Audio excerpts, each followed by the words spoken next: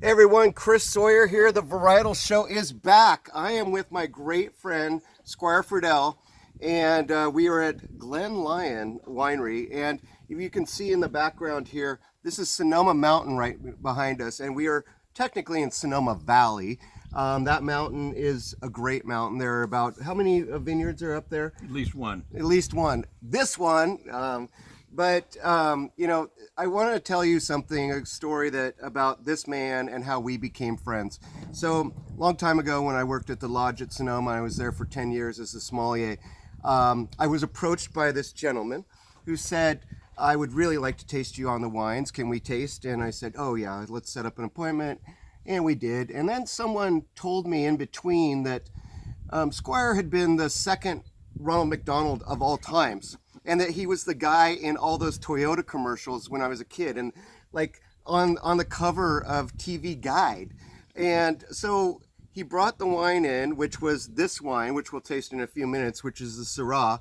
And I said, well, geez, yeah. So I was tasting it, and I kind of had to look away for a few minutes, like at certain points, like something that wasn't even there, just so I didn't laugh that this man had changed my life as a child when I went to McDonald's. If you have a cholesterol problem, it's my fault. Yeah, pretty much. And what a thing is to follow him and these wines. The greatest thing he ever said to me at that point was, I love the wine. I loved it. And he said, how much do you want to pay for it?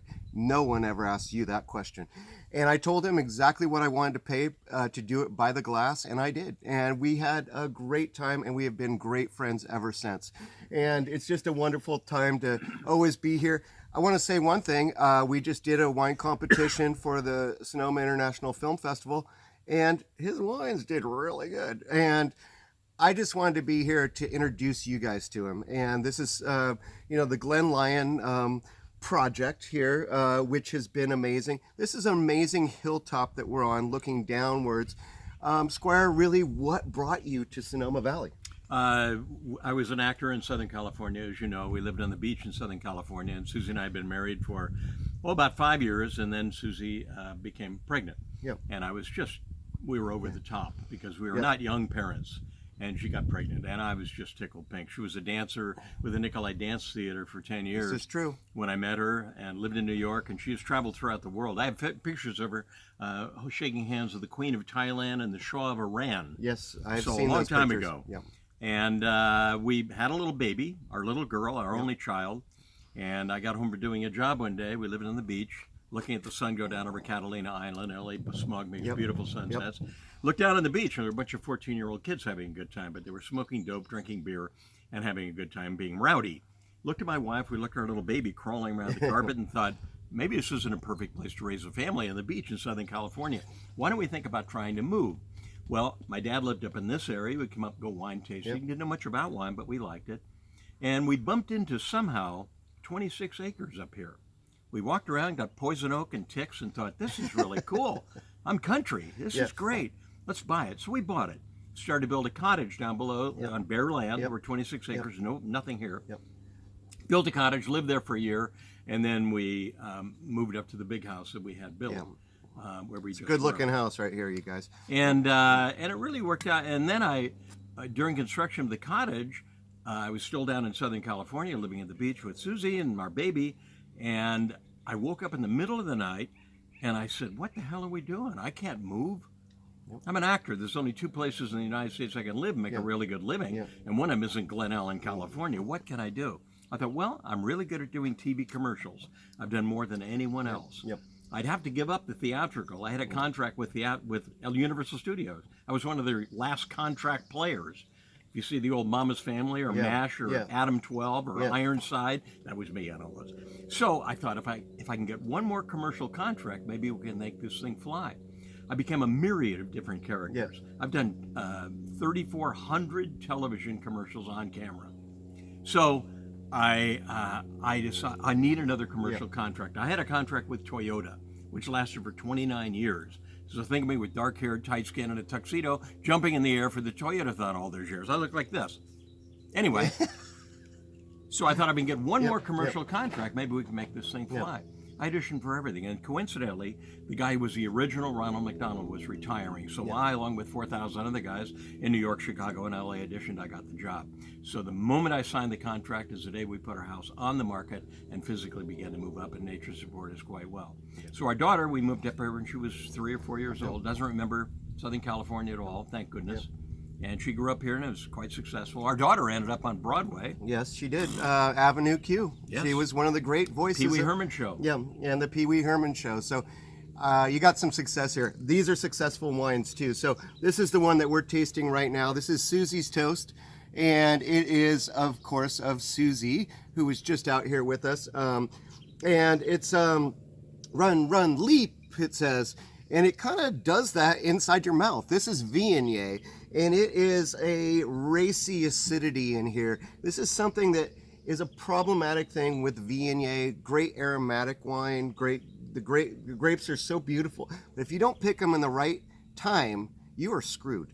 And you did a great job of picking this a little underripe.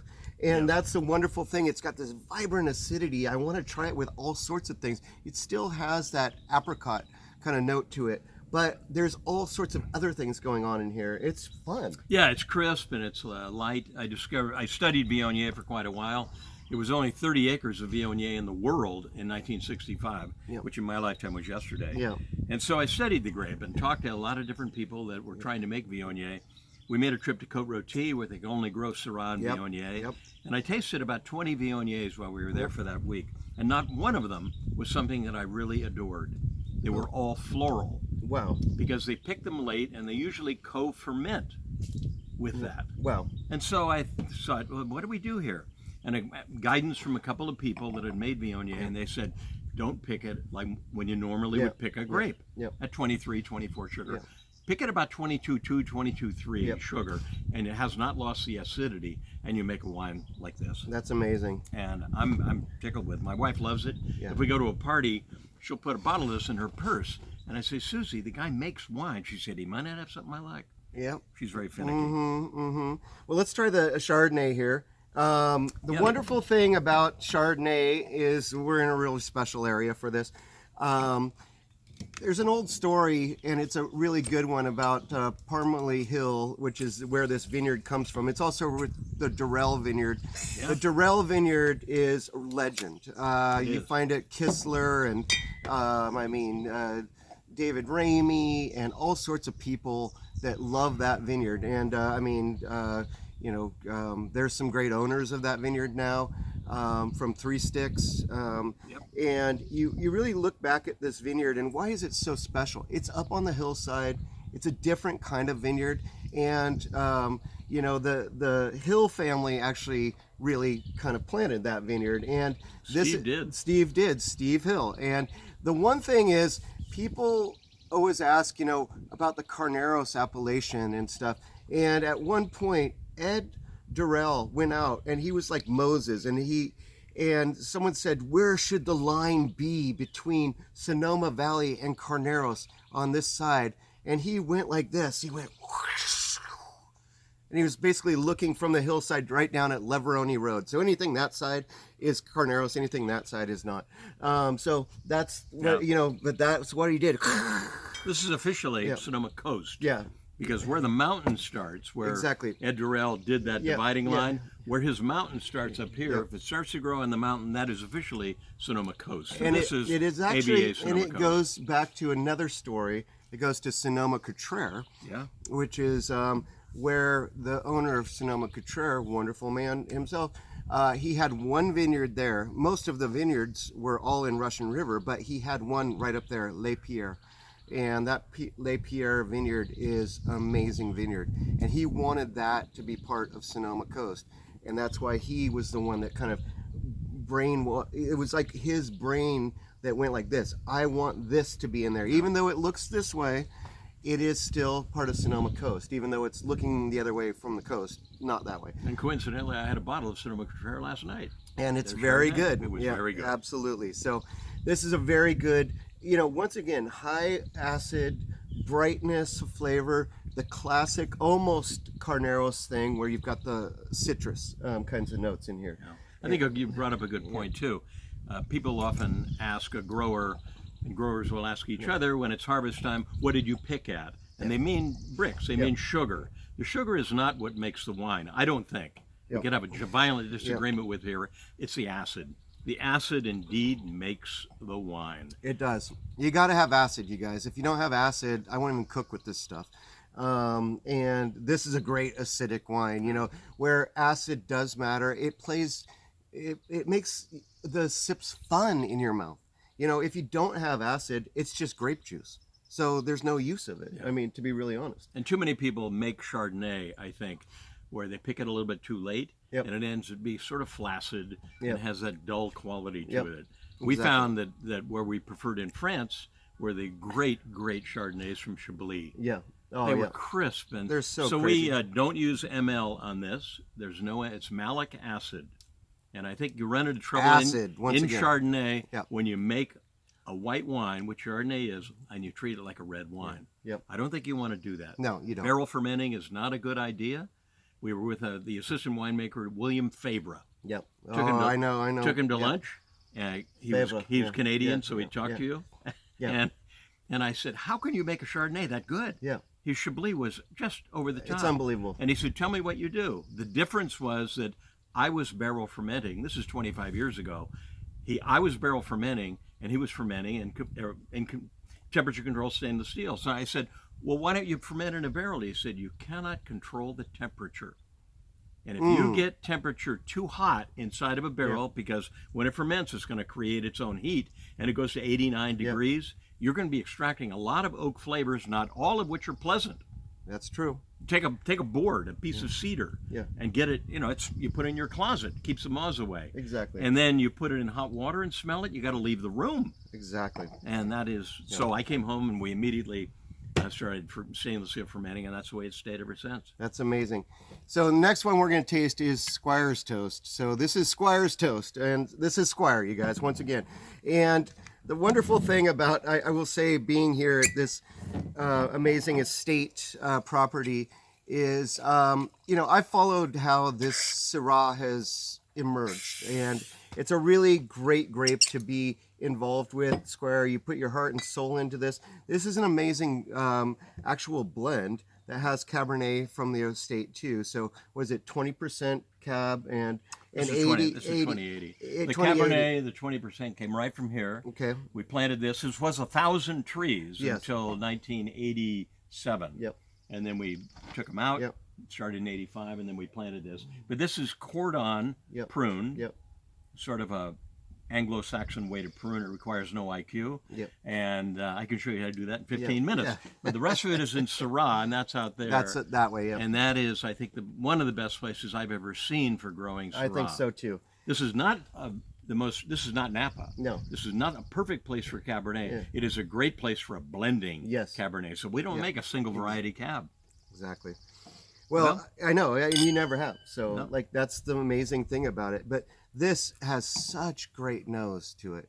And, you know, this was our judges at the Sonoma International Film Festival, the only film festival, a wine competition in the world. And we did this. I've been doing it for 7 years, that I've been the head taster and everything. And I was just blown away that yours got #1, and Squire doesn't submit his stuff to competitions. This does not happen. He submitted this. This was #1 red blend. And there's something that reminds me so much. And I walked into the place today and I said, you know, Squire, what it reminds me of is Penfolds Grange, which is one of the greatest wines of the world. And that's one of the greatest wines I've ever had. Yeah, and me too. And it just happens to be a Syrah/Shiraz Cabernet blend, and I feel like you've really done it, but it has the personality of this vineyard. And the other thing about great wines, they have the personality of the vintage, and that's a really important thing, is they've got to have both those things to be great, because it's like they're not just an expression, they're not things that you taste the same every year, like gin. Tanqueray gin better taste the same every single time you go in there, but Pinot Noir, you know, Syrah, Cabernet, all these things that we have, and the great ones really have that expression of the vintage. And so I feel like this is a really good example of the 2022, and really something that really was special here. We see all these trees around us too, all these oak trees that are just here, and they're, you know, where do the leaves go? They fall down on the ground and they become part of the super system, of the ecosystem here. And so you can taste those things. You can taste this kind of, there's almost like a black trumpet mushroom kind of thing going on in here. There's olives, there's black olives, and there's these kinds of things, but there's also that blue fruit, you know, and it's just amazing. Yeah, you know what you can't taste out there? What? Sweat. Yeah. You cannot taste sweat. Yeah, it's a lot of work to do that. I know, but it's an amazing wine, and I really give you guys so much credit here, you know, about this. But where I was going to go with the Ronald McDonald thing, going back to Ronald McDonald, is if you ever come here, which you are invited to, and you can get a hold of GlenLyon, you know, the wine by appointment. By appointment, and you can't just come here. But the bathroom in the house has all the old things from Ronald McDonald, and it is amazing. Like the big to McDonald Land. the big shoes, the big, you know, the things, the pictures of you with like little kids where you're like bending down and like looking at them, him with all the makeup on and all these kinds of things. But to be really honest, it's also why passion for wine transcends everything. And here we are with him. Yeah, who made your wine? Some clown. Some clown. And that's why this is the clown series, you guys. That's where I was coming back to, the clown series. So this is an amazing thing that we are able to, you know, explore and taste together. And I just really want to give a shout out to Squire and Suzy and the team here for making an exceptional wine that I was really blown away by this year. And we're going to honor him next weekend for the win, you know, over all these other competitive wines that were there that got golds and stuff. This was a double gold, 98 points, you guys, and this was hardcore judges. I can't even count that high. I don't bring lazy judges in. I just bring the tough guys and tough women, and we do it. And this, you know, I don't enter competitions. We've been doing this 37 harvests. I don't enter competition. I entered once before because our daughter nagged me and said, "Dad, we have to enter a competition." So we entered the Vintage Festival. Yep. And I entered all 6 wines. And all 6 wines came back with medals. Yep. I gave Lexi the medals, and I said, "What do you want to do with these? They're still hanging on a nail down in the winery." Yeah. So, but Chris called, and Chris said, "Will you please enter?" And I said, "Okay, for you, I will." I did my best. That's And what you know what? It paid that's what you off. get when you have a friend. Yeah. I when Squire and I talked yesterday, I said, that's the best wine you've ever made, in my opinion. And I just tasted it again, and it's really good, you guys. So that is Syrah Cabernet blend. It's 80-20 as far as the blend parts, the ingredients. Yeah, we call it Aussie inspired because of Penfold Grange. Yep. They were over 100 years ago thought it was a real good idea to put in Shiraz, which is Syrah, with Cabernet. And they did, which is very unheard of in France because they don't blend those two varieties together. No, they're from 2 different regions and they don't like each other. They don't like each other. They actually don't like each other. The French don't like anyone. Well, a lot of Bordeaux is owned by British companies or Japanese companies.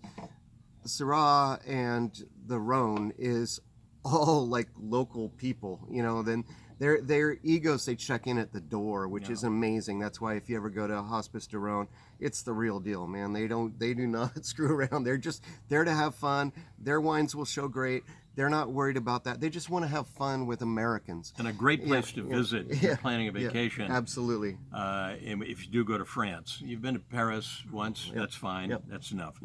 Go to Lyon, stay in Lyon, get a driver, and go through Northern Rhone. Yep. We did it one of the right great before places COVID of the world. hit, and I was in hog heaven. Yep, it's amazing. So this is Syrah. What I love about this texture is amazing. It's really mouth-filling. I feel like you've done a great job too. This is not big one that you need to taste exactly with, you know, a big steak.